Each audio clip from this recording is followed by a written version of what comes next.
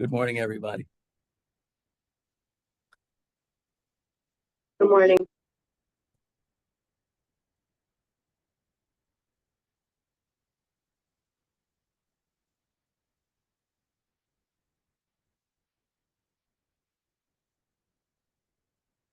Hey,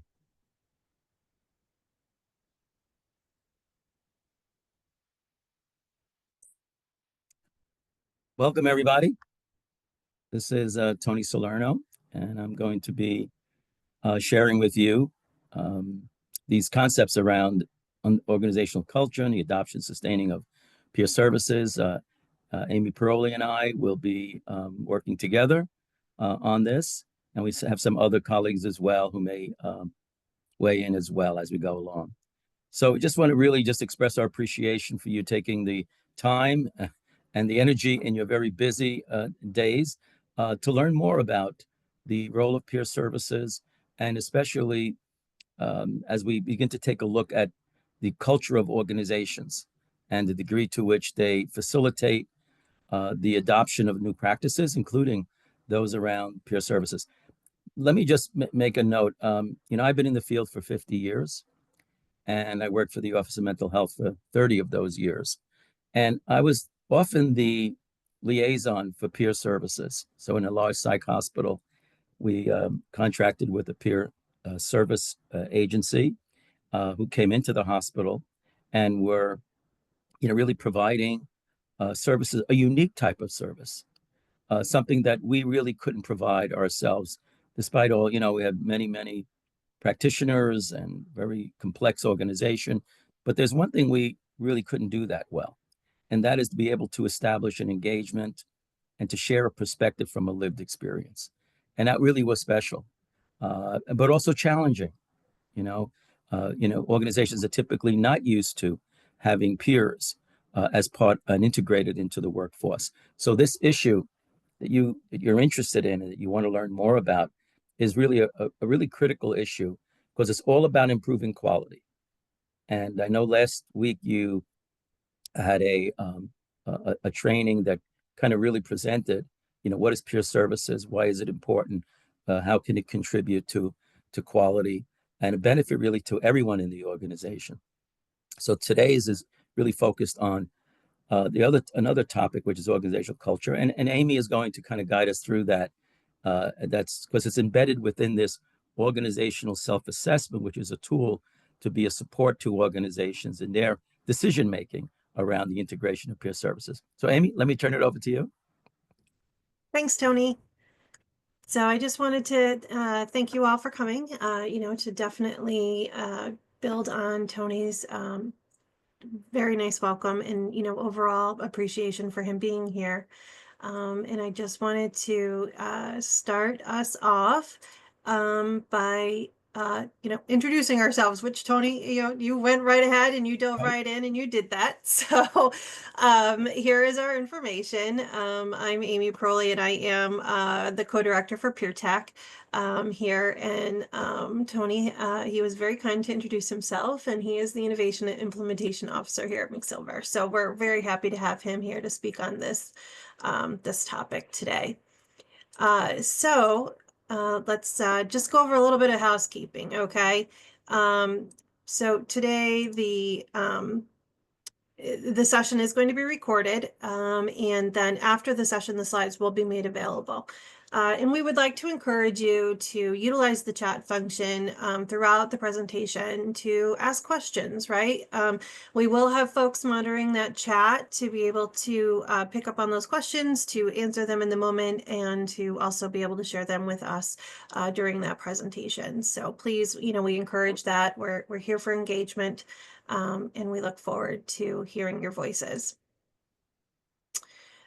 So right now, what we want to do is to give an opportunity for you all to be able to identify yourselves, right? To be able to identify who you are within your organization, whether you're, a CEO, director, program director, whether you're a peer, whether you're not a peer, whether you're a supervisor or peer, or, are an ally.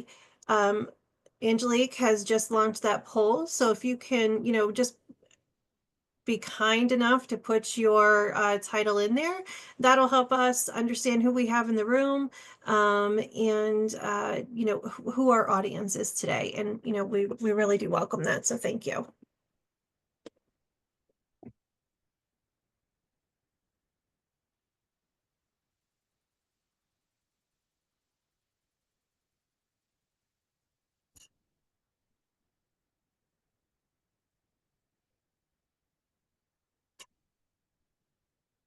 Angelique, how are we doing on that poll? We're doing well. Let me see. Okay. I can't see it, folks, so it's hard for me to know what we're doing. Oh, there we are. Okay. You shared it. All right. Great. Thank you, Angelique. All right. So we have a nice mix here today. So we have, you know, quite a few peer specialists and peer advocates. We have some supervisors, some clinical directors and managers in the house. So that's excellent to hear. Excellent. So thank you, everybody, for participating in that. All right, now let's just do a little quick overview of the agenda. Tony did, you know, highlight this a little bit in his welcome, but if you're joining, you know, just now, today we're going to be discussing, you know, the importance of organizational culture in sustaining the successful inclusion of peer services. So you will be introduced to the PeerTech organizational self-assessment tool. And this tool will be kind of interweaved throughout the presentation, providing you with insight and opportunities to be able to reflect and assess your organization's readiness for peer service inclusion. And we'll talk about your role in that as well.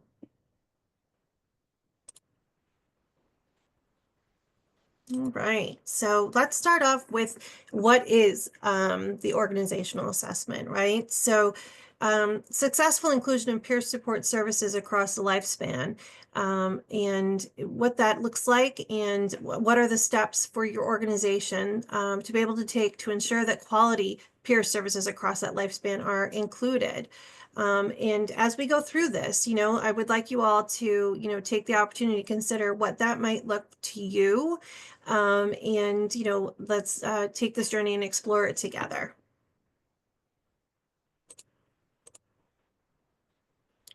So our organizational assessment is a tool, you know, that's both educational, and it's also a tool for you to reflect. And it's a tool to help you reflect on how prepared your organization is for the successful inclusion of peer support services.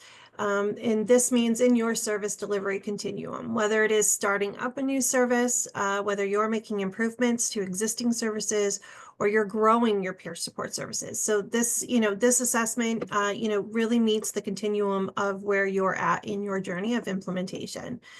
The OSA has been adapted from nationally recognized resources on successful peer workforce inclusion. And it is, you know, it is a valuable tool that does meet a lot of different areas for success. But before we go into that, it does, you know, I do want to take a moment to highlight, you know, peer support providers across the lifespan, and, you know, really bring attention to, you know, how the OSA identifies those peers and the terms that are used. So the OSA uses the term peer specialist, peer/advocate, which is a PSA, to reflect that there are many similarities in those who provide peer support services across the lifespan. And when necessary, it is important for us to note the differences because we are, you know, when we think about, you know, what we're reflecting on, what we're assessing, we are assessing, you know, those three services across the lifespan and how they are implemented into our organizations. There are the three distinct credentials that are used to separate those three distinct services and indicate the different designations in the adult serving or in the child serving systems. So you have adult certified peer specialist, which is NYCPS, and then you have credentialed youth peer advocate, YPAC, and credentialed family peer advocate, which is your FPAC. Each PSA specialty has its own training and its own guiding principles, core values, code of ethics, and scope of practice that serve to define the fidelity to that specific peer practice. And people who provide peer services use their relevant life experience to give and receive support based on shared understanding, respect, and mutual empowerment between people in similar situations. That is that lived experience component, and that lived experience component, and that is what sets peer services apart from other services. So peers do bring their lived experience into the work that they do. That really brings value to be able to make those positive connections. All right.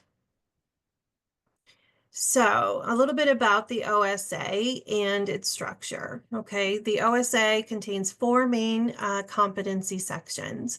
So it highlights the knowledge of peer support practice, which we covered in our first webinar a couple weeks ago. Organizational culture, which we're covering today, recruiting, hiring, and onboarding, and then supervision. You might find your organization has unrecognized strengths in some areas and then unexpected opportunities for improvement in others. So to be able to acknowledge and celebrate those areas within your organization and to be able to identify where they excel and where there are areas for improvement, the OSA will be able to support that, right? So after you complete the OSA, you'll be able to look at your feedback, look at your ratings, and the OSA can guide you in providing ideas for creating, plans moving forward to accomplish improvements and to, really instill some additional growth. The OSA consists of 25 competency statements that allow you to consider your organization's current strengths and readiness. And this current strength and readiness is to, in consideration for starting your peer support services or expanding them. And each competency statement begins with our organization, followed by the competency and examples that illustrate the different levels. And those different levels provide an overview of what of where you will fall and of what the domain that we're focusing on today and why. So when you do go in to complete this, there are ratings, right? So there's a rating of 1 to 3 that indicates the quality of the current state of peer support services in your organization, and they pertain to each competency.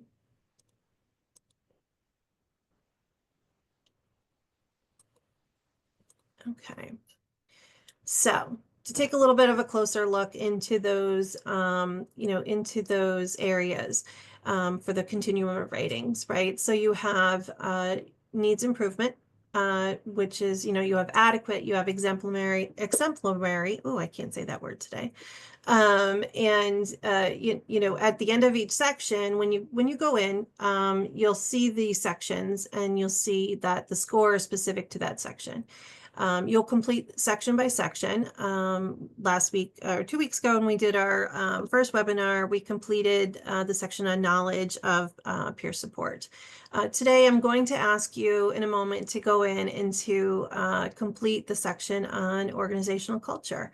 The score that the feedback will give you will relate to your organization's approach to peer support services. And it's helpful, to consider, where your organization is and when, to give regards into, how you're answering the questions. In this, the OSA can be completed as a team. It can also be completed, as an individual, right? So, if your organization is working in a team and they would like to assess where they fall as a team, certainly this can be completed as a team. This tool also can utilize individuals who are really trying to gauge where they are at with their knowledge of peer support services. And, to be able to identify areas for individuals to be able to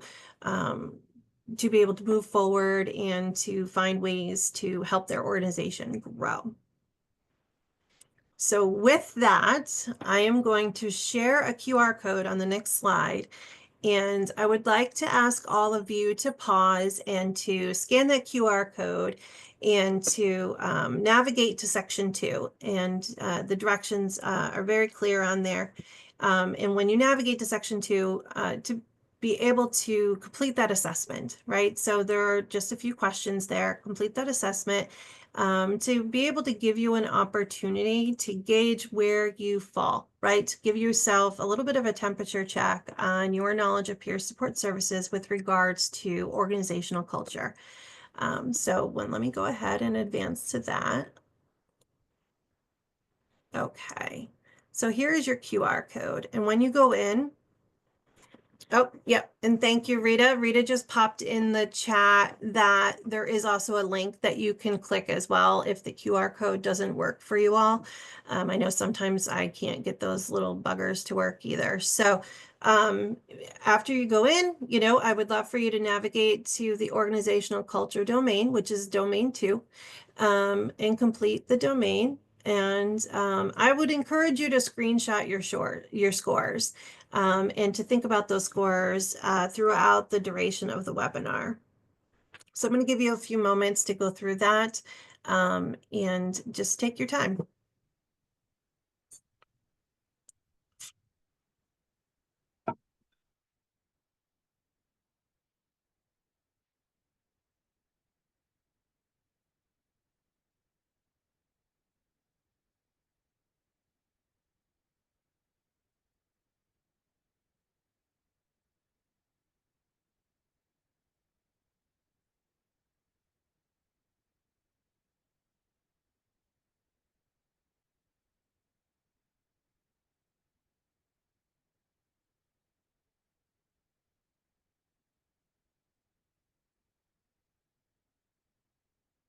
If I could ask, as folks are finishing, if you could just give a little thumbs up in that chat so that we have an idea of where you all are falling with completion of this domain.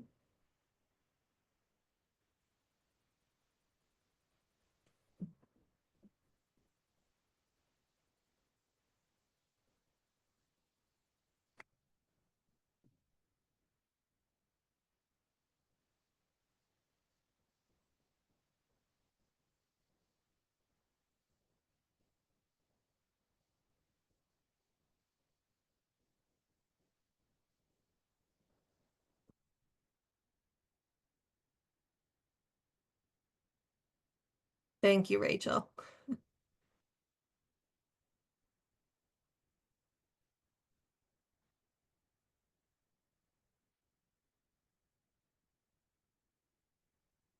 Give a couple more minutes.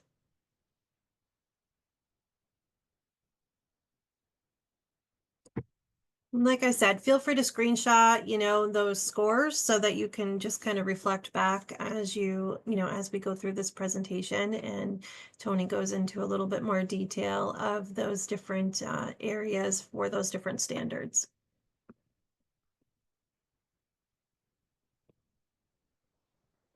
All right. All right, so I'm starting to see folks coming in. I see some completion, so I appreciate that. In given that, I just want to, and just so you know, the slides will be shared, so you'll have this QR code. It will appear at the end of the slides as well to be able to share with your colleagues as well as other folks within your organization. All right. So just as a reminder, for organizations that already have peer support services, this is a quality improvement tool for your program. And for those that are just getting started, it's an educational tool. And it can help develop your program. It can help provide insights. It definitely can provide areas for growth, areas for improvement. So thank you for all participating in that. I hope that, that tool provided you with some insight. And definitely share that out. And I'm going to hand it over to Tony so that he can really take you through this domain and really bring some light to perhaps the way some of you are seeing things in your organization. So thank you, Tony. All right, thanks very much, Amy. Let's see if I can move these slides. Yeah. Okay, so we're really going to focus in on organizational culture. Well, here's a challenge, right? What the heck do we mean by organizational culture? It's a really complex issue. And it's something that's not so easy to wrap your arms around. If you were to think about, and I do want you to think about the organization that you currently are embedded in, right? You work for. And usually when we talk about culture, at an organization, it really reflects the leadership and management, how they behave, what they present as being important in an organization, how they go about making decisions. It also it reflects the policies and procedures, how we do business around here, the values, beliefs that kind of guide decision making, and what is defined as quality and what's like really important for us to do here. How people talk to each other, communicate, right? And you can know some organizations have a communication style that it's all top down, and others are maybe kind of from the bottom up or somewhere in between. The expectations, the practices, and the interventions, like what is it that we do here, right? That's part of like the culture and the ethical standards. What is our standards of practice that we hold ourselves to, that we're accountable for, and all organizations and the programs within organizations, that there are also subcultures. So you can have a large organizations with different programs and different services, and it isn't as if there's a single culture that defines the organization. Some parts of the organization really have established a different type of a culture, some that aligns with the overall organization and some that doesn't. So it's sort of important to keep in mind that when we talk about organizational, culture, it kind of integrates all of these various factors. And I want to share with you, and as I go through this, I'd like you to think about how you would place your organization. What is most closely defines the organization or the program that you're working, the things that's closest to you, right? And you ask yourself, are we a collaborative type of program here, a collaborative organization? And what does that mean? And I want you to keep in mind, because I'm going to ask you in another couple of slides to share how you size up your organization. So one question you ask yourself is, all right, so are we a collaborative? Now, if this one aligns with you, just keep that in mind, because I'm going to be asking you later, what you came up with in terms of your assessment of your organization. So collaborative, it focuses on teamwork, a sense of like, we're like a family and everyone kind of, matters here. Employees, we in a collaborative organization encouraged to make their voice be heard. Everybody is valued as a member of the workforce. Is that your organization? If it is, jot that down in your own mind. And I'll ask you a little bit later. Then there's a hierarchy organization, very, very highly centralized control when it comes to the organization's rules and operations, right? They have like strict rules. There's a lot of oversight, making sure that people follow the expectations. And it's like a whole level of hierarchy, this whole chain of command, right? That people have to really follow. The last thing you do is ever skip over a chain of command. It's not so flexible. It's not really big on innovation, creativity. It's kind of like we want to make sure we can pay the bills, that people show up. It's kind of that we manage this very, very well. Is that the type of organization or program that you're in? If it's yes, just keep that thought in mind. Then there is a creative innovation focused culture. This is where you're given the space and freedom to take some risks, experiment with things, share new ideas. Diversity of thought is very, very highly valued. Everyone's perspective is important, and they really want to push folks to think about ways that are very different than the ways we're kind of always used to doing. So it looks for creativity, novelty, and innovation. Is that your organization? If it is, just keep that in mind. Some organizations are driven by the market. They're business, business, business, and more business. The organization's bottom line is really, that sort of is the value above everything else.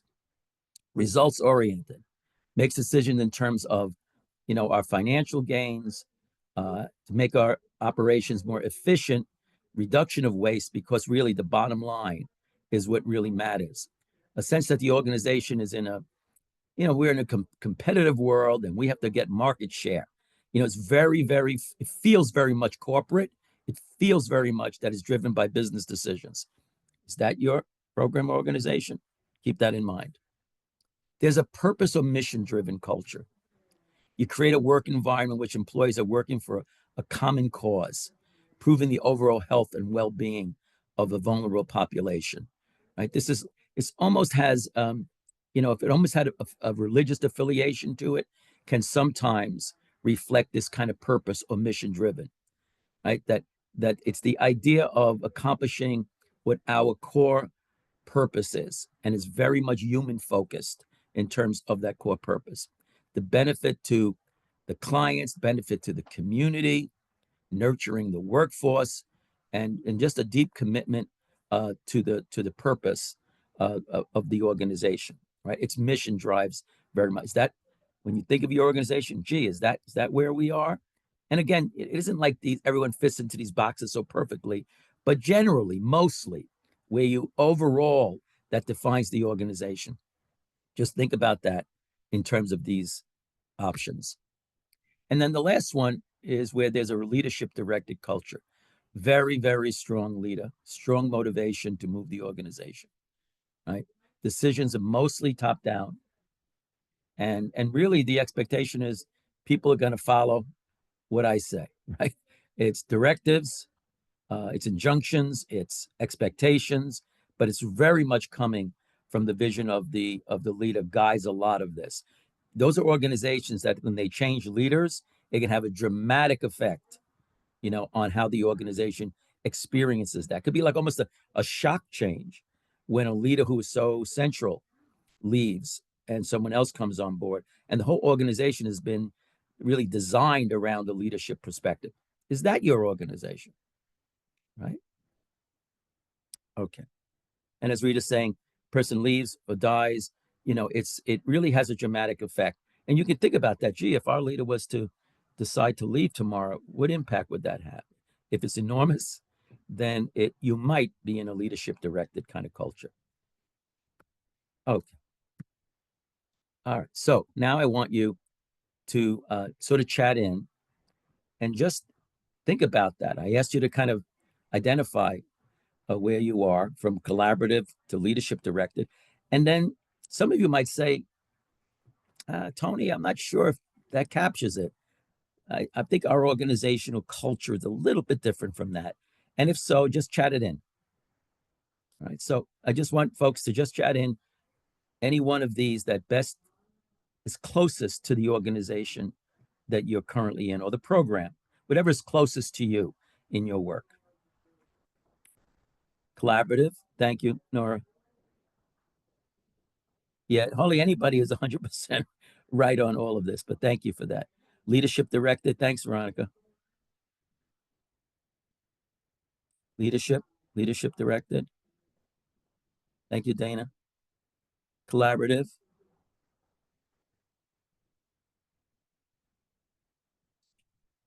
Combination of market and purpose. Okay, thank you, Diane, rather.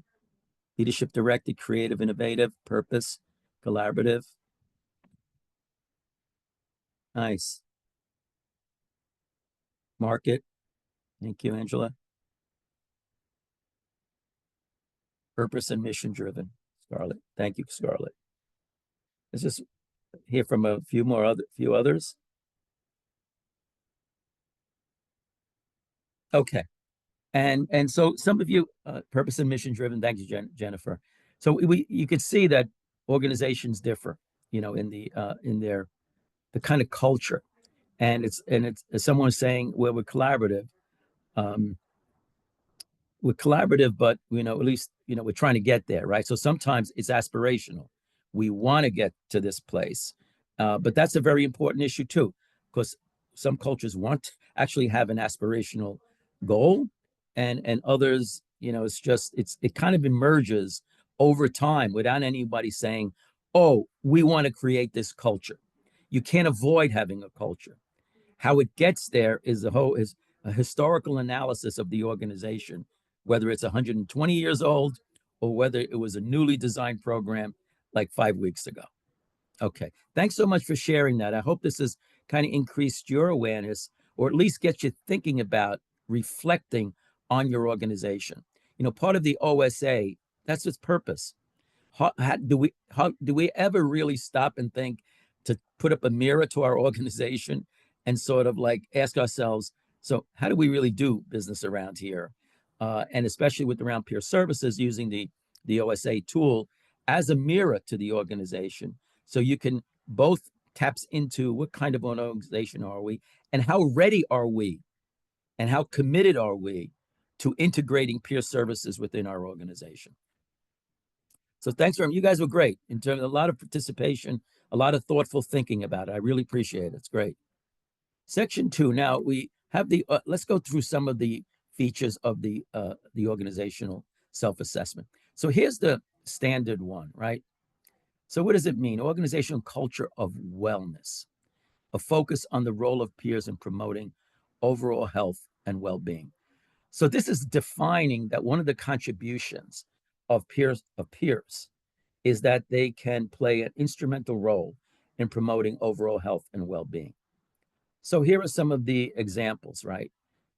Think about this. Does your organization support wellness activities specific to peer specialists, to advocates, while encouraging all staff to develop individual and really team wellness plans? Does the organization recognize and value the unique insights of peers related to the types of wellness enhancing kind of contributions, both to help people and provide some insight into managing mental health, unhealthy coping, addressing issues around substance use, emotional distress associated with life, difficulties. So you got to ask yourself, okay, when you think about our organization, do we really do that? Is that where we are right now? And then the other organization, yeah, thanks, AJ, is saying encompasses emotional, spiritual, physical, community wellness. Yes, it's a very broad issue when you talk about the concept of wellness, right? The point here is whether or not an organization says across all those wellness types of factors, do we see peers as making a significant contribution to that, to developing a culture of wellness, and do peers play an important role in that? And do we have a system in place to really build and take advantage of peer insights, knowledge, and experience, right, that can contribute to the service recipients as well as to the workforce? Really pretty important concept here, right? So what I'd like to kind of do is we're going to do a lot of polls around this, because what we're going to do is to kind of ask you what matches best in terms of these poll options. So let's go through it really pretty carefully before you provide your response. Now, some are relevant if you already have peers. For example, the first one, A, we already involve our peers in sharing their insights about promoting health and well-being. B, our peers only share their insight with clients, not with the workforce. That means we don't see it so much in terms of benefiting everyone in the organization. C, we don't currently have peers. So right now, you might say, well, we don't have peers. But this is a judgment on your part.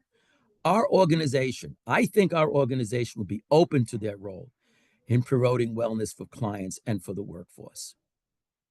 D, we don't have peers, but honestly, I think we'd have a tough time developing a major role of peers in promoting wellness for clients and staff. We'd really be challenged with that. Or E, you say, listen, I just don't have enough information about my organization to judge their openness to a wellness promoting role for peers. So really be thoughtful about this. Which one best reflects your current situation? And if you could please just take some time to answer that, and we'll get a sense of where folks are at as I think of you guys as part of a learning community.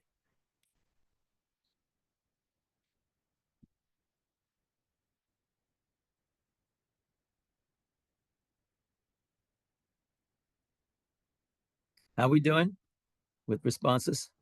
Yeah, we're doing good. 58% participated so far, so I'm just waiting a couple more moments. Yep, no, that's great. Once we hit around like 75%, I think we can kind of close the poll and see where we're at. Yeah.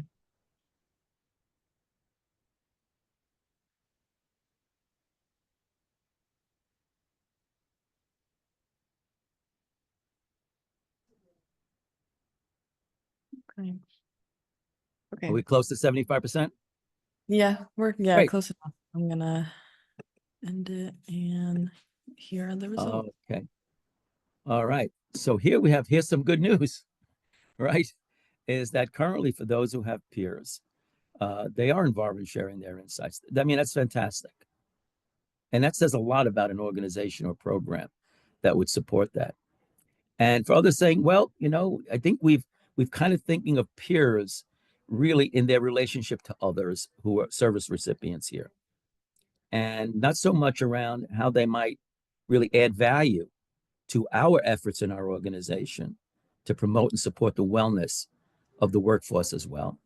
And another one is we don't currently have peers, but generally believe that the organization is open.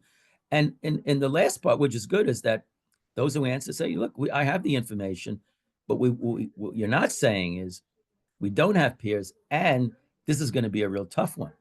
So the bottom line to this is that there really is an openness to seeing or designing peer services in a way that contributes to both service recipients and the workforce with respect to some of the wellness issues. Fantastic. That's really great. Okay, so, all right, so that was standard one. Now, standard two has to do with the commitment of leadership and the presence of champions. At least that's how I would label this. So it's our organization has at least one committed leader with the authority and responsibility to lead the inclusion of peer support services.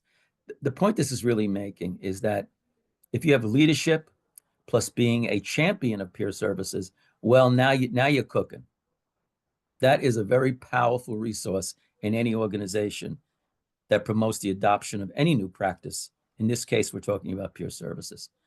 Or the peer special advocates have a dedicated champion who oversees the training of staff about peer support roles and the orientation of peer.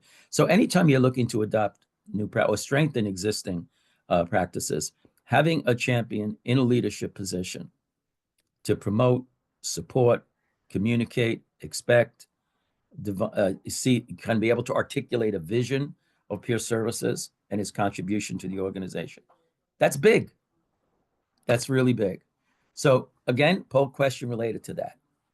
So let's see how you would size up the culture of leadership, ongoing support, and presence of champions. We have peers, and our leadership is highly supportive. Is that what you think? We have peers, but leadership doesn't come across as a strong champion. We're not looking to criticize or to put down leaders or anyone else. It's just, sometimes, and I've been in leadership positions, right? And there's a heck of a lot of stuff that hits you that you have to deal with. And you're trying to juggle a lot of stuff, and there's only amount of so much energy you have. So I don't want this to come across at all that this is an issue of like criticizing or denigrating leadership as if they're bad, right?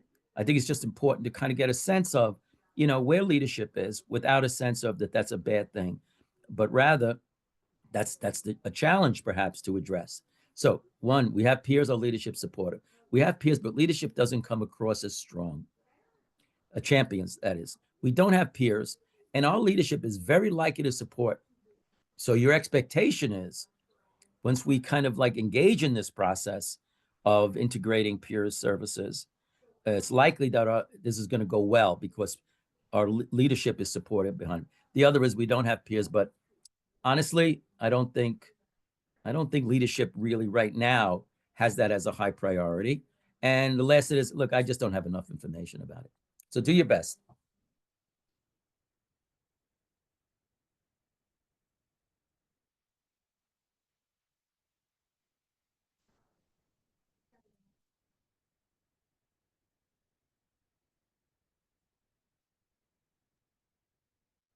We have around 62%. So I'm just going to give it another moment. Sure, that's perfect.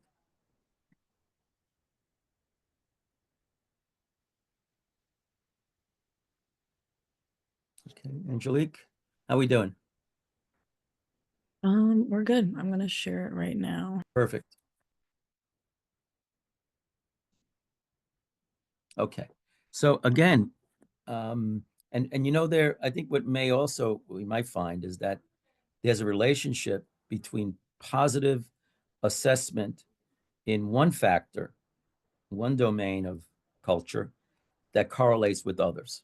So this actually is a good reliability test for this OSA. Leadership's highly supportive. That's a very good news. But at the same time, leadership doesn't come across as a strong champion for peer services. And it could be a lot of reasons, for that. But again, that's more of a perception, and it's where the energy of leadership, very important. One of the sections that I'm going to be sharing with you later on in this presentation is focused on your role. If you decide to take a role of being a champion where you can influence and support your leadership, right, in promoting peer services in a way that takes some of the burden off of leadership and be able to really to support leadership with the openness and recognition that leaders are often juggling a lot of things.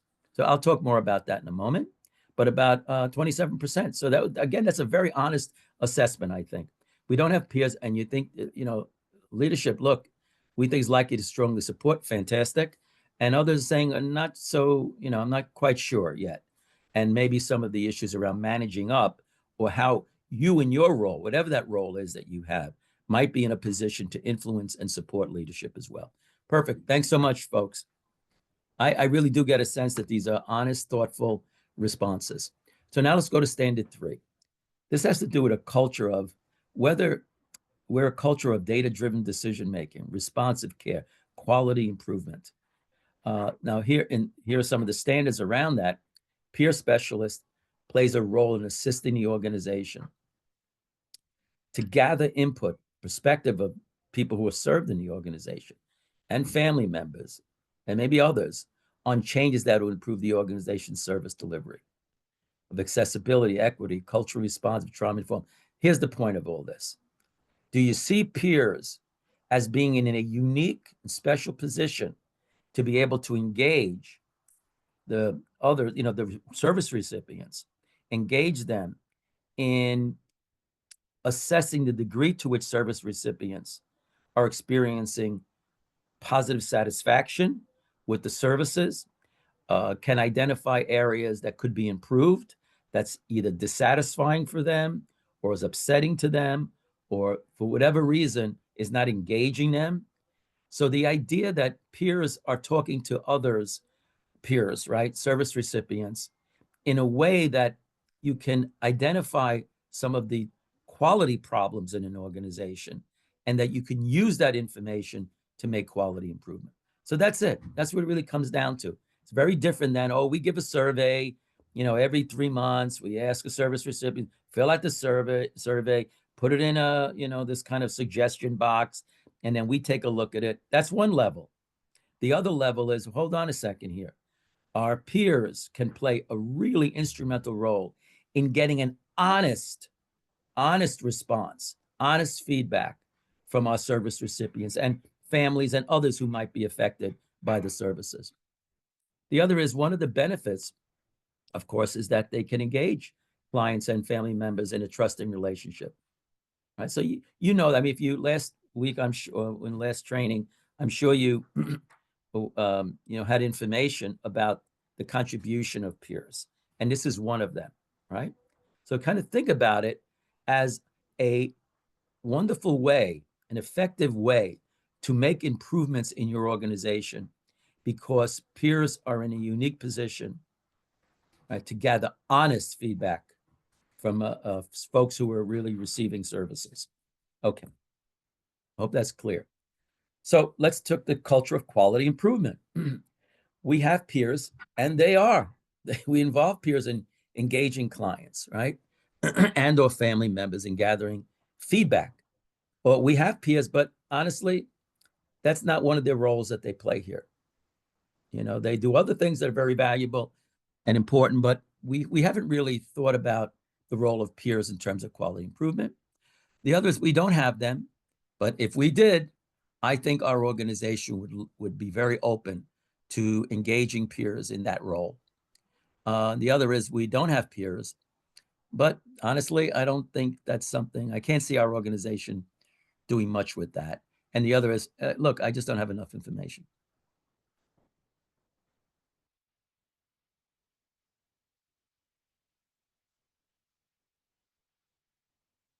Give you guys a moment to think about it.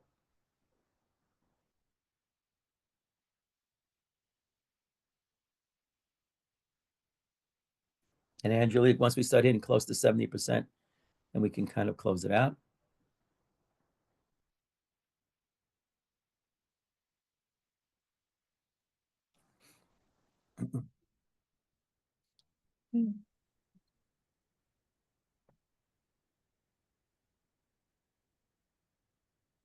Okay, so we have peers and they're engaged in this process. Fantastic. That's really terrific. The other is we have peers, but about 25%, but we're not using them in that role. And perhaps as part of this presentation and you're reflecting on your organization, perhaps that's something that you guys would like to do something about. Maybe you'd want to kind of help the organization recognize that peers could play this role. And you're adding value to the organization. But others are saying we don't have them, but our organization is likely to engage folks.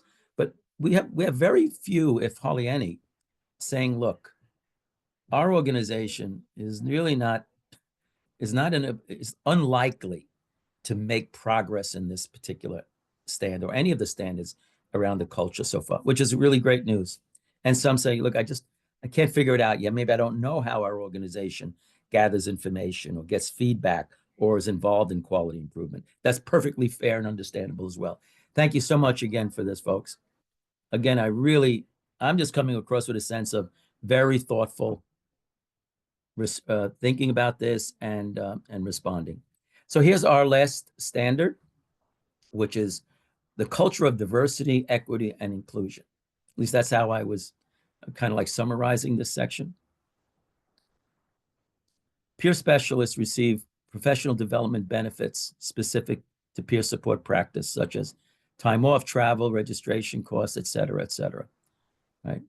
So the idea of equity and inclusion, one of the challenges when you're introducing really new members of a workforce that have perhaps different type of credentials, a little bit unusual credentials, right? Not that familiar, although increasingly the role of peer services is becoming less of a novel, and people are really beginning to view it as integrating peers within a basic foundational workforce, right? The composition of a workforce. But just the idea, we make sure that peers are not second-class citizens. Let's put it that way. They value diverse perspectives, including the perspectives of peers. So just because they don't have a master's degree or a PhD, some do, but some may not. But that doesn't make a difference. It's sort of recognizing that folks with lived experience, just on the basis of their lived experience, have insights that can be of value and a contribution to the organization. The values of equity, ensuring that peers are fully integrated in the workforce, right? Their voices are elicited, right? They are fully integrated employees of the organization, right? With all the rights, privileges, right? Expectations that any employee would receive. And the inclusion is reflected by organizations. Peers have a strong voice in decision-making. And as we mentioned before, around quality, improvement. So trying to get this notion of DEI really centered around the improvement of the organization and of quality. So let's see where we fit with okay, we can just bring up this last poll and ask yourself, so if you have peers, are they fully integrated into your services, right? And to share their perspective in a way that influences organizational decision-making. It's people being taken seriously. We have peers, but they have limited opportunities to really influence what's going on. They provide a service, they meet with some clients, they run a group, that sort of thing. But actually, it isn't as if we've developed a system where we can very thoughtfully and consistently, provide opportunities where peer perspective influences how we do business around here. We don't have peers, but our organization values diversity, equity, inclusion with respect to peers, and is likely to create a culture that embraces their voice.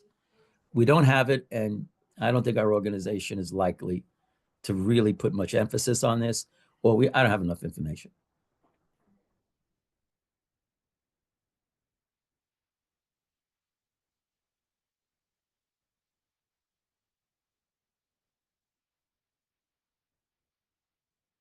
Just give you a couple of moments.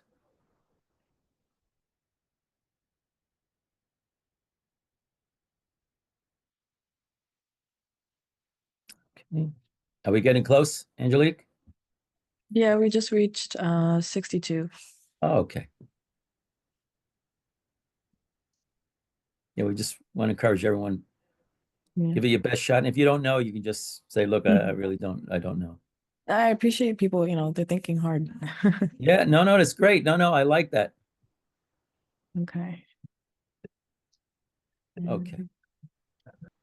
All right. So here, a little bit of a drop from some of the other previous standards, just a tiny bit, so that majority are either actually the majority have limited opportunities to influence, but a significant number do, but about 50% don't.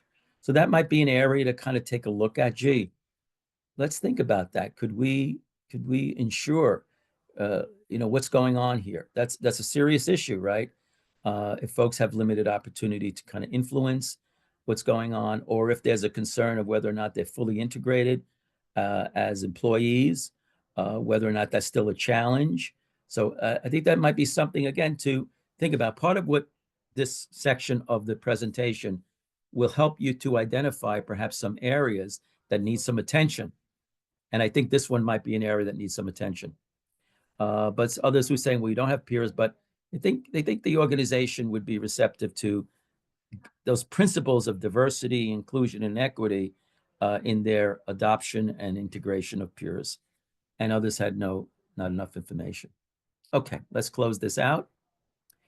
The hope here, folks, is that by engaging you in a lot of this self-reflection, that you may identify areas of strength that you want to reinforce, and some other areas that might need some attention in terms of addressing it and thinking about ways that you could address it. Oh, I thought we were ended with 4. There are Amy, do I have, am I, is standard 5 the last one? Oh, yes, I believe. Well, you have Okay. 5. And then you just have one about culture of equity. So Okay, so just a is few there more there, Tony. okay, let me see. Okay, what is there? Okay, so actually there's 6, as Rita has pointed out. Okay, so we're gonna go through this a little bit more quickly. Culture of fairness, equity, and valuing of peer services. Some of these are, you'll see there's some that have a little bit of overlap, which is okay. The issue of advancement, right? Because what could happen is the peer gets like stuck in one role, their initial entry level role. And there really hasn't been, there's not thought of like, well, most people would like to have a career ladder, right? So how can I get some advancement? And then is it possibility to get promoted to leadership, or have we built in some barriers where it make it unlikely? So think of it in that way. Let's go to the poll so we can move along.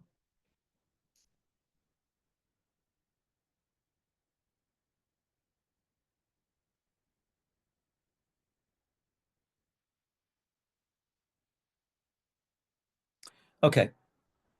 This should be familiar to you. We have peers and they're treated with fairness and equity and related to promotions, access to leadership positions. We have them, but our organization has some difficulty with that.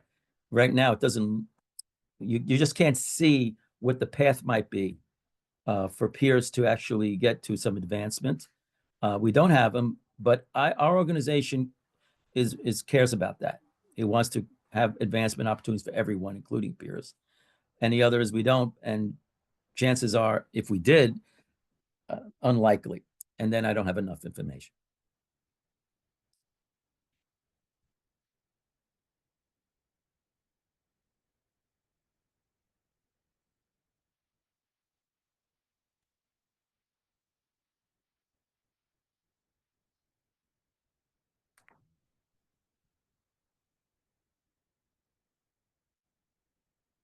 How are we doing, Angelique? People are just taking a second. We're at Okay. 57, so I'm just giving Okay. it a moment. Okay. Okay. Okay. Great. Sure. Okay. So it seems to be kind of like split, right? For those who do have peers currently, the sense of is there's going to be opportunities for promotions and advancement. Others, same percentage, saying it's going to be a tough one. This is something we may need to pay some attention to. Others, we don't have peers, but you think the organization is likely to kind of recognize the importance of everyone having opportunities for advancement. Maybe there's just one or two that say probably not unlikely to happen, and others don't have enough information. Right. Again, the important piece is you'll get a sense of the aggregate across participants today, but also for yourself, whatever your organization can maybe lead you to say, I think this is something that we could do something about. And maybe the folks in the second item who say we're going to have difficulty with that might be able to reach out to the folk in the first item who have been able to create more opportunities for peers. Okay, great. Thanks so much for that, folks. Let's go to the last one. I lost sight of the number of standards. So let's go to, okay. Thanks, Rita. That you're going to hear more about some of these issues. This isn't going to be the last time that you'll have opportunities to discuss and learn about some of these cultural related standards. Let's go to the next one. Let's see. Again, is wait. Okay, let me see. Where am I here? We just did that. And the issue of equity, transparency, and fairness. Again, there has been some overlap, but let me just say here, this is related, very specific standard about being respectful of the role of peers, meaning to maximize the contribution of peers with their unique, really some of the unique insights, knowledge, and skills that they can impart. And that there's a appreciation for that. Everyone should be working at the highest level of their knowledge and skill or credential. And in a sense, this is exactly the same. And it should be transparent. It should be fair, that there are reasonable workloads, right? That we're not thinking of peers as basically filling in the gaps that our other workforce doesn't want to do. That would not be a respectful response. Looking at work hours and the actual work content and the workload. So let's take a look at this particular poll. We have peers, and they are informed of the policy and procedure related to workload, work hours that are consistent with expectations of the general workforce. That's the issue of fairness. Oh, just happened here. Whoa. Oh, okay. Excuse me. Something just happened to my. Can you guys hear me? Again? Okay. I had a very weird thing happen. Okay. We have peers, and they're informed. They know, and they don't feel they're taken advantage of. That's the experience, right, of peers for whom an organization, in terms of equity and fairness, transparency, they feel it. We have peers, but our organization, be honest, I think we're going to kind of perhaps see peers as having some roles that are really not maximizing the contribution of peers, but somehow serve some organizational need. That would not be so fair, and it wouldn't be that transparent. Usually, we don't have it, but our organization culture aligns with, aligns with this. We don't have peers, but our organizational culture doesn't align with this. and I don't have enough information.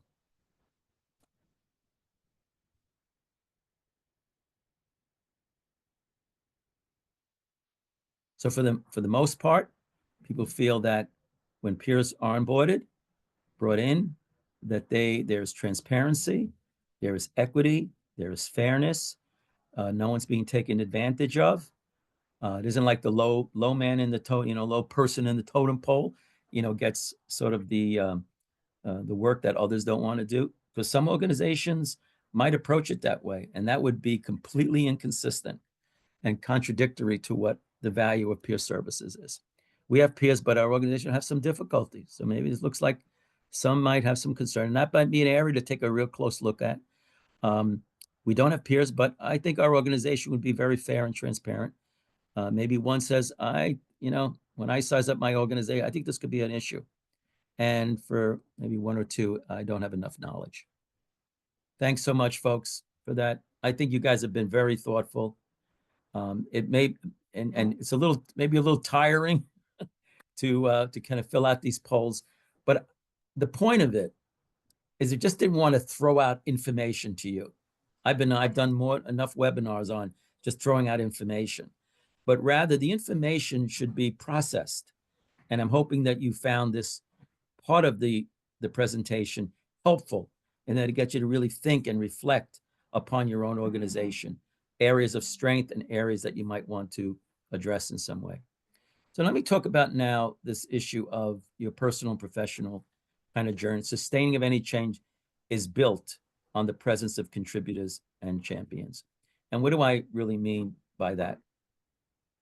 Whenever there's a new practice, new program, new approach, new processes, policies, the degree to which it'll be successful, and people in the work, and people on this, the attendees right now, and others in your organization, if you look at the workforce, generally people fall into one of three categories. Sometimes there's actually another category, and that is a detractor. That means, and there may be folks in your organizations who think that the effort and energy going into integrating peer services is misguided. And the energy should be put into other things, right? And so I'm assuming we don't have detractors attending this. You're unlikely to be a detractor, but that can exist. And you have to think about in your organization whether or not there are a significant number of detractors, meaning, they don't think this is such a great idea. They think you should be doing other things, maybe hiring more professional staffers, with certain degrees and that kind of thing, or different composition or so. You don't know, but you may know. You may have picked up on that. Most of the time, folks are either neutral participants. Wherever they are, they like it. So that, folks who decide, that peers, it's kind of like I could take them, I could not take them. In other words, they're neutral about it. If the organization integrates peers, that's great. If they don't integrate peers, that's fine. So they're really kind of just neutral about this. There are some folks who are contributors. And in terms of contributors, they think it's a good idea. They want to support it. They want to help it. But, they'll just, they'll do a certain amount, right? They're not going to go above and beyond. They're not going to be strong advocates, but they see themselves as being a support. Then you have champions, right? So let me just kind of go through this, right? Generally reluctant to put extra energy. This is the neutral kind of passive acceptance, not hostile, but it's not as perceived as very important. Okay. The contributor, they want to learn more. They want to know how they could help. They agree to participate when they're invited to attend. They engage in good faith effort. They speak positively about peer services. They welcome ideas of how to do things, but generally it's positive, but it's pretty much within the scope of their kind of day-to-day work, right? Then you have champions. These folks initiate supportive actions, not just respond to the requests to be a support. They see it as they have a personal as well as professional value around that, right? A personal connection to it, right? It speaks to some deeply felt value system. They are reaching out to peers, offer support. So they're very much initiators around this. They share and discuss the value with other people. They just want to let other people know that this is a great idea that's really important. They try to solicit support from others, which goes beyond just contributing in your role. They seek out a lot of numerous activities, opportunities to learn. Volunteer to put in extra energy. They volunteer to take leadership role if that's needed. They welcome ideas about how to support the full adoption of peer service. So that's the champion. And most sustainable changes in organization, the presence of champions is like pretty important. So in terms of just thinking about this, really the point of this is to just ask you to, what is your value system related to peer services, right? And you can be in any one of these sort of categories here. You're not convinced that peer services is the right way to go. I think there are other more important changes we need to make, right? And someone had mentioned around, I made some reference to professionals. And what I meant by that is folks who might think of other kinds of composition of the workforce, that may not involve peers, right? And I fully recognize the role of peers as a professional role, contributing as much, and in some cases more. And it's just part of the fabric of a effective workforce. So I just want to make that point here. Some folks may say, I'm kind of neutral about it, tell you the truth. If they do it, great. If not, it's okay. No, I'm a contributor or I'm a champion, and I strongly support peer services. Or someone saying, look, I just need to know more about this stuff before I can make a decision. So I'm not going to ask folks to chat in unless you wanted to chat in where you are in all of this. I think this is, something to kind of think about. I bring this up because I've been involved in learning and adopting new practices. And when I came back to my organization, the organization wasn't really all that into it. And so, but within my scope, my purview, I was able to, continue that. I would have conversations with the leadership of the organization to try to promote certain things. These are adoption of practices like psychiatric rehabilitation, family consultation model. I've been around for 50 years, so there's a lot of things that I've been involved in, right? But sometimes the organization isn't hot on this, but you are. And you're a champion now. You're working for one organization, but you never know what position you might be. So I'm always think it's important that on one hand, you can have an organization that doesn't make much progress, but individuals within that organization have been very strongly affected. And you carry that throughout your career in different roles, in different positions, in different organizations in the future. That matters as well. So if you're a champion, that means you're going to be a champion across, right? Just across all situations that you're in. And being a champion, you're also likely to put energy and contribute to change. But I want to share, if you are a champion, I want to share this with you. Because I had the experience of approaching leadership to try to influence their support for something. And it was, it completely fell flat, right? I mean, it was a complete failure, right? And then I've also had the experience where I spent an hour and a half with the commissioner in the Office of Mental Health. And I had a plan. I thought about how you influence other people.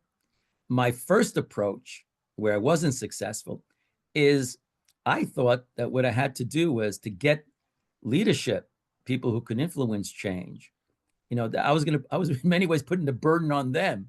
Like I was trying for them to support me, right? And then I finally came to the understanding that That's not the job of leadership to support me. Actually, the job is for me to support leadership. And so I had a different shift in my way of approaching it. And let's put it this way. I had an hour-and-a-half meeting. My goal was to see if I can get $50,000 to support a particular project called Wellness Self-Management throughout New York State. I left that meeting with $99,000. And it taught me a big lesson. And I wanted to share that lesson with you. If you find yourself either now or in your career in a position where you want to influence leadership, that's what champions want to do. If they're not in a leadership position, champions are always looking for opportunities. How can I get leadership to really support this? Okay. And so what does it mean? And I call this managing up. Engaging and supporting the senior leadership in the organization to strengthen the role of peer services, to support the adoption and sustainability and the integration of peer services. So what are some of the lessons learned from me? Is how to communicate with leadership. Engaging organizational leadership, it hinges on your effective communication. It's not something that you go into and try to make a case, that you're trying to persuade, you kind of cajole, embarrass. That would not be the communication style, right? It's whether it's face-to-face or written form, typically would be in face-to-face, to think about how I message this information. Understanding your leadership's communication style. Well, in the situation I mentioned about the commissioner, I had heard the commissioner speak in many different venues, and I jotted down all the things that this leader, this commissioner, it was Michael Hogan, so I don't want to just tell you who it is, when he was commissioner of Office of Mental Health. And I had jotted down all the things he was promoting, articulating that he wanted to see change in the system. So I wrote all that stuff kind of down. And it was the same kind of thing he was presenting over and over again. And he also seemed to like the idea of some stories, but he liked the idea of maybe some specific concrete strategies. That's what I came away with. It's like, this guy, enough with abstract thoughts and ideas, but let's come up with concrete plans. So I came away with that with him. So we all have our preferences around communication. So I had to figure out, what is this leader's, preference? How do they want to receive information? How do they go about solving problems and make decisions? So I put this little list down, Dr. Hogan. Okay, he wants some very concrete kinds of plans. It's got to be very practical. That was the other issue. Feasible, practical, no point in having highfalutin ideas that don't go anywhere. Communicate with leadership in a way that matches their preferred style, right? That goes a long way to kind of, you have a sense of we're aligned, right? We resonate kind of. I have to adapt my communication. I don't have to get the leader to accept my communication style. It's the other way around, right? So the idea of providing information, either in human stories, the costs, the risks, the workforce response, organizational reputation, risks including doubts. I knew that the commissioner would like to see some very concrete strategies that are in support of recovery. I heard the term recovery, providing supports, practical kinds of resources was an important part of it. So I had to kind of, incorporate that in my own mind. Okay, I like that. So AJ is saying, use CPS skills, champion ORs, don't offer solutions, right? Okay. Provides information to kind of again, move forward. And sometimes you might say, what's the cost of not integrating peer services? So I had to think about that kind of as well in the project that I wanted to influence leadership. Okay, in other words, if the person says, Tony, no, I'm not giving you any money, we're not doing the statewide wellness self-management project, that's it. I wanted also for the leader to kind of recognize, well, if we don't do it, there's a downside to that as well. Okay. All right. Provide leadership with accurate information about the purpose and importance. So the last training that you guys got on really understanding the contribution of peers and recognizing their contribution, that is going to be part of the messaging, right? Of what's the value added by having peer services. That really the messaging is that this change is positive for everybody. It isn't like you're going to say, you know, the current staff is going to say, oh, what are you doing? This is not the way, you know, it's like, how is it positive for everyone, right? Are we ready? That's the other thing, is you have to think about, gee, the capacity, the capability, we just went through the culture and the commitment that it really requires. So leaders need to kind of see this as possible, that we can do this, that it's not going to be so disruptive, that we have the resources, we have the capacity, right? We have a strategy to build up the receptiveness of the workforce to integrating peer services, right? We have anticipated and planned for possible risks. We've thought about, is there a downside? Are there any kind of risks associated with it? Leaders are always worried about risk. I will just tell you that uniformly. They worry about risk. So kind of thing, is there really a risk? What's the, you know, what could be the possible downside, right, of engaging with peer services? So, okay, so yeah, so Rita's saying Rochester Psych Center director had peer report directly to him. Okay, so you can see where sometimes the leadership is the champion. When leadership is the champion, you are cooking. That is a very robust, positive force in an organization to contribute. Okay, so that's like really, really important. Okay, so in terms of the wrapping up, Amy, were you going to wrap us up on this one here, or did you want me to do that? I can take it from here, Tony. Okay, very good, Amy. All right. All right. Thank you, Tony, very much. And I really appreciate, you know, how you went through and you really broke it down and you really provided, you know, some really concrete examples. I do want to highlight, you know, the wonderful comments that we had in the chat, and folks, really being inspirational and offering, their, motivation and ideas and sharing their experiences, that really did, shape a little bit of a step forward with positive, organizational change, right? So I'm seeing a lot of different, folks mentioning different experiences that they had that really identified and supported peer inclusion. And I just love that. I love that our audience is engaged and that, they were definitely able to share that. So, as a wrap up, we did go through that organizational assessment. Tony took us right through that, which was an excellent way to do that. And, really defined organizational culture. So thank you, Tony. And I really hope that you all are taking away an understanding of your organizational culture and peer services, right? And just thinking about what that might look like. And then thinking about, where you fell in those, in those ratings, and thinking about how you could be an agent of change, right? And thinking about that role and thinking how you can take that forward. So think about that. Be sure to be able to share your findings with your colleagues, and be able to share that organizational assessment tool as well.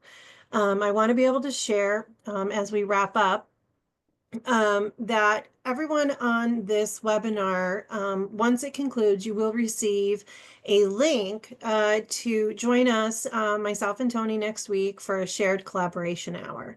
And in this shared collaboration hour, I really would love for you all to join, and I encourage you to bring more of that inspiration, more of those suggestions, more of those experiences to the conversation, so that we can really have a space where we can learn from each other, and really gain more insight into how to be an agent of change with regards to an organization and its culture.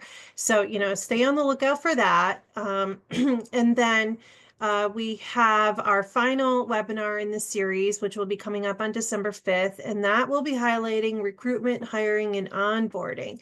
So, take what we have right now and a little bit of what I was seeing in that chat about peer inclusion, and think about how that can connect to the recruitment, the hiring, and the onboarding, for sustaining peer services within an organization.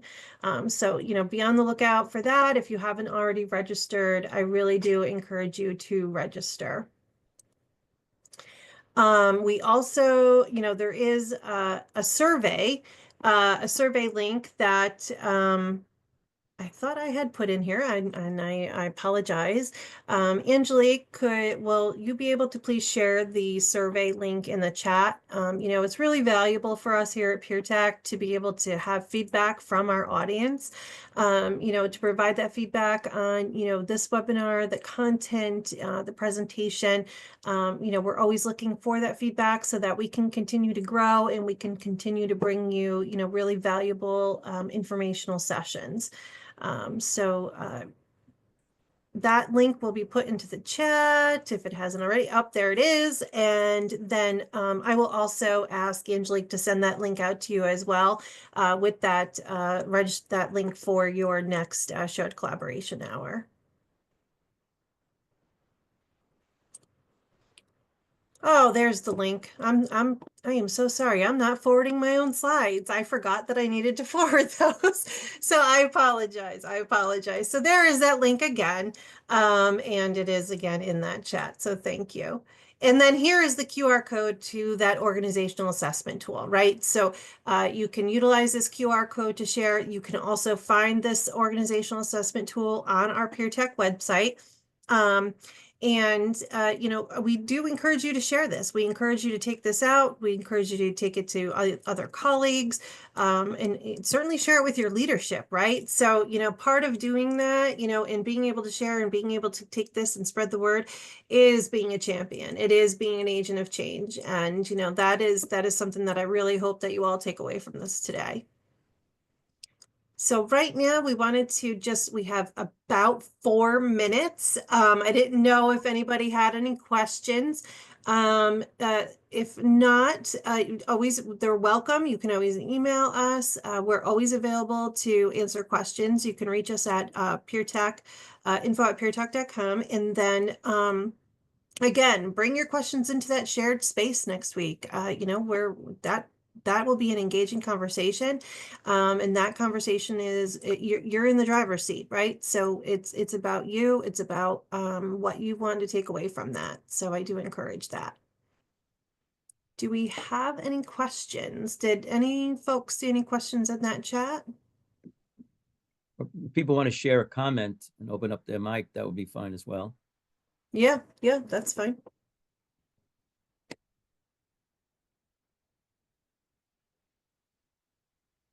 I could also stop sharing the slides if we wanted to see each other. Yeah. Oh yeah, that would be great. That would be great. Thank you. There we go. So any questions? Any takeaways? Any comments?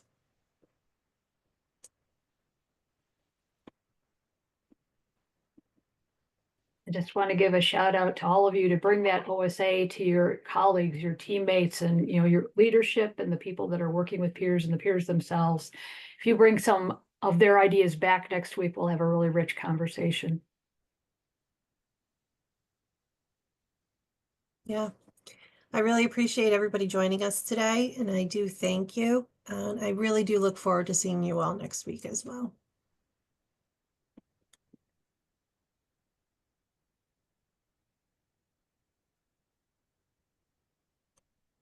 Well, I always assume if there's no comments or questions that I did a fabulous job and that I covered every single issue so beautifully that no one has any questions or comments. I think that might be it. Actually, one That's the way I quick one. interpret it.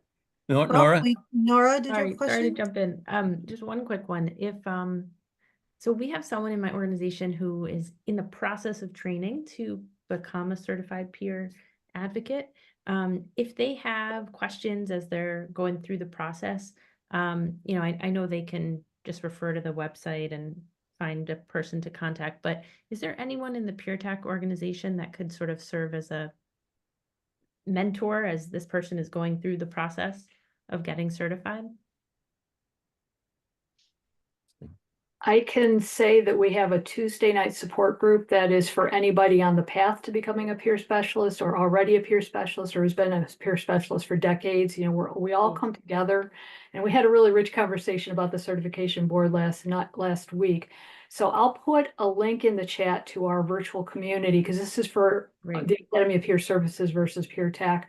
I'll put a link in the chat to join our ongoing listserv, and then they'll get the information about how to join that meeting. Great. Thank you so much, Rita. Yeah.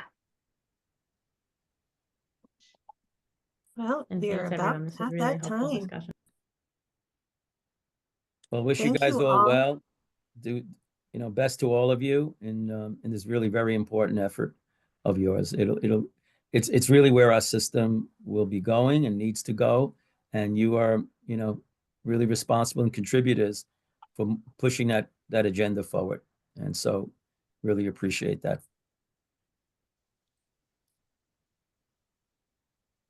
Okay, everybody. Stay well, Thank you. stay warm. Take care. Bye.